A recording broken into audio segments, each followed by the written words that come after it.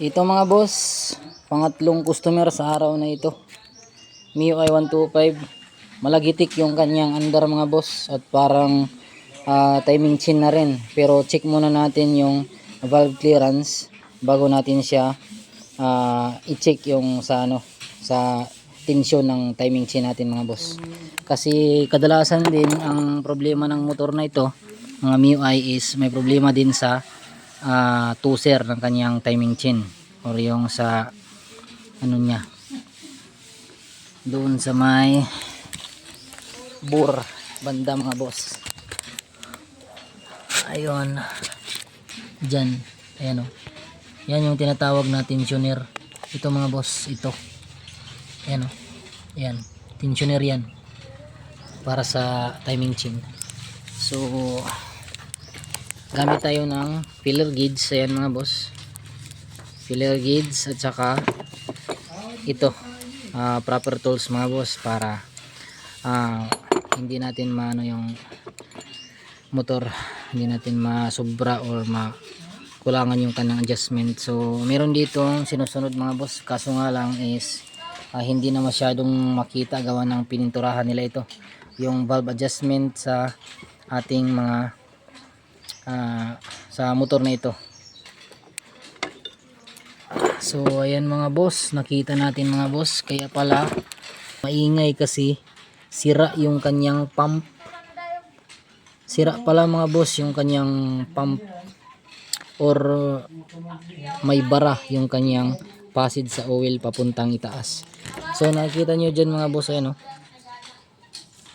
itim na. So ibig sabihin yan is oil residue. Mainit na yung kanyang, yun mga boss oh, yun oh,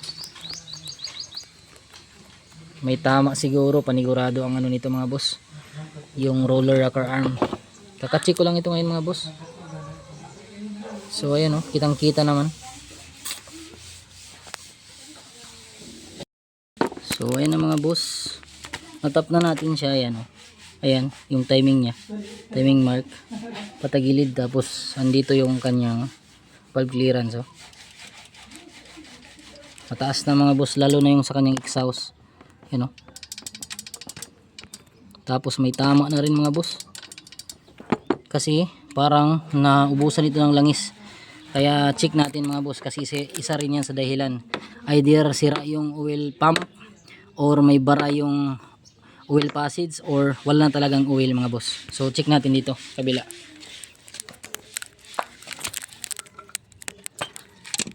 Check natin ito mga boss, kaya pala sobrang ingay.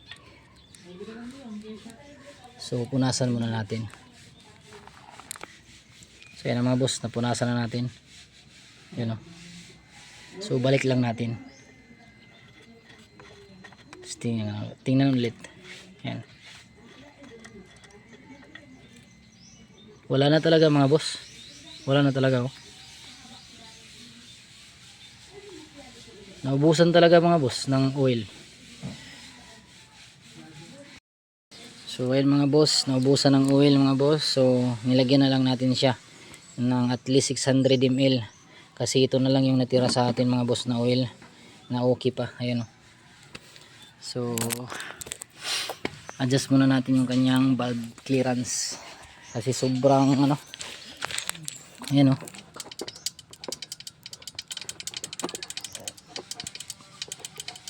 Ayan mga boss,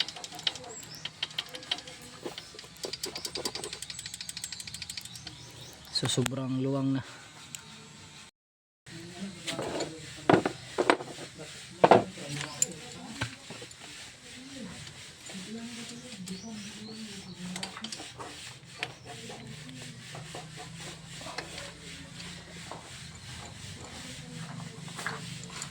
So make sure lang natin mga boss na naka top dead center bago natin i-adjust yung valve clearance. Okay.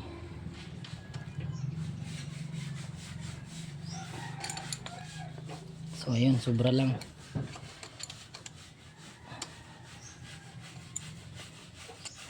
Sobraan mga boss. So gamitan natin ngayon ang ano, ito. Lagyan natin ng kahit 0.15 mga boss. So ayan. 0.15.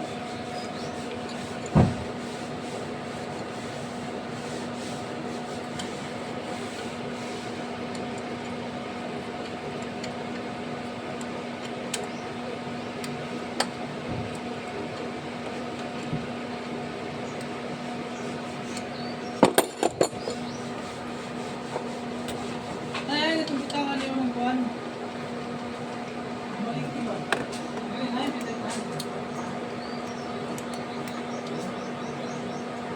So ayan mga boss, pasok ang 0.15. So higpitan na natin ang maayos. Okay. Yan, dito naman tayo sa intake mga boss. So lagyan natin ng 0.10. 0.10 mga boss. Lagyan natin. Ayan o, 0.10. Yun. So ayan mga boss, 0.10 yung ating ilalagay. Hindi na masyadong kita. So ayun, maluwag na yung 0.10 mga boss. Oh. Maluwag, sobrang luwag. So ang gagawin natin is luwagan muna natin to bago natin ipasok yung pillar gauge.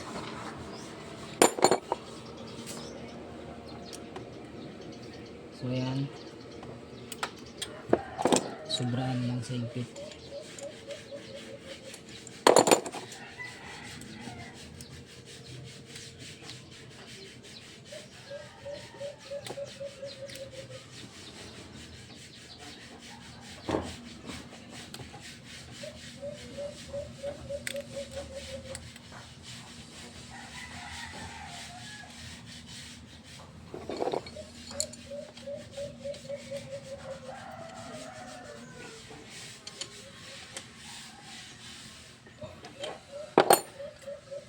So ayan mga boss, pasok na yung 0.10 mga boss. So higpitan na lang natin ng mabuti. Okay, goods. So ayan, dahil okay na, punasan natin ito mga boss, yung debris.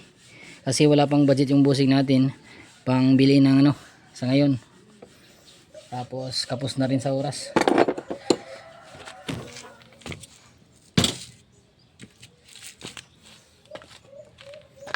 Punasan natin to mga boss. Ayun o.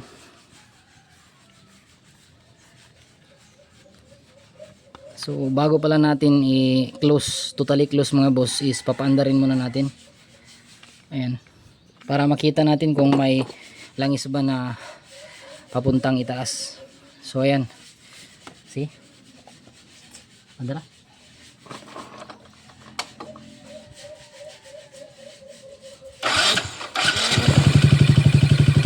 So ayan, okay na mga boss oh. Ayun oh. Okay na. Malakas pala yung bomba ng oil niya. So isa lang ibig sabihin mga boss, naubusan talaga siya ng langis. So ito talaga ang pinaka common issue ng MIUI or M3 mga boss, Yamaha MIUI 125. At sa makina, yan lang talaga ang pinaka issue niya. Pero pagdating sa wiring naman is yung charging system, yung error number 46, yun lang talaga ang pinaka issue ng motor na ito mga boss. Pero sa performance, all goods ito mga boss, pang biyahe, pang daily, pang ano mo lang, pang service. So all goods talaga ang makina na ito. Kaso nga lang, pagdating ng panahon, kung medyo mataas na yung tinakbo ng motor na ito, is need mo talaga ng proper maintenance at checking every ginagamit mo siya mga boss. Mas maganda mga boss kung chine-check nyo siya ng mga every week or every 3 days kapag matagal-tagal na yung makina na ginagamit nyo. So MIUI 125, so okay na yung valve clearance. So may piston slap lang tayo na naririnig mga boss, gawa ng syempre kapag wala ng oil is madaling magkiskisan or madamage yung mga metal part natin sa ilalim. So nakita nyo naman kanina sa video na talagang sobrang lakas ng kanyang bomba ng langis. So ibig sabihin hindi na natin to kailangan pang palitan ng oil pump. So wala siyang problema doon. Ang pinaka problema niya lang is yung nagbabawas siya ng oil. So ibig sabihin mga boss, need itong i-check talaga kung gusto ng may-ari na hindi na mangyari ang ganitong senaryo. So yun lang ang masishare ko sa inyo mga boss. Balik na natin itong number 10 na tornilyo. Dalawa lang ito mga boss, at siguraduhin nyo lang na yung gasket niya sa head is naka proper na pagkalagay mga boss, para hindi masira at walang magiging problema sa tagas ng langis. So ayun, yun lang talaga ang pinaka problema ng motor na ito mga boss. Dalawa lang.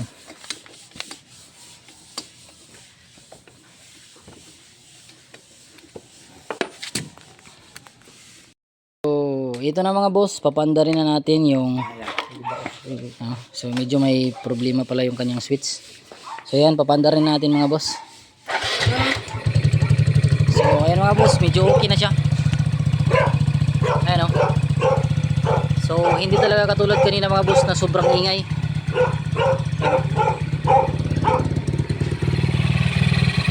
So ayun, okay na mga boss.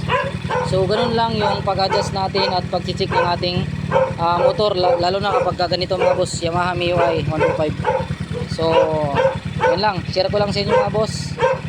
Peace.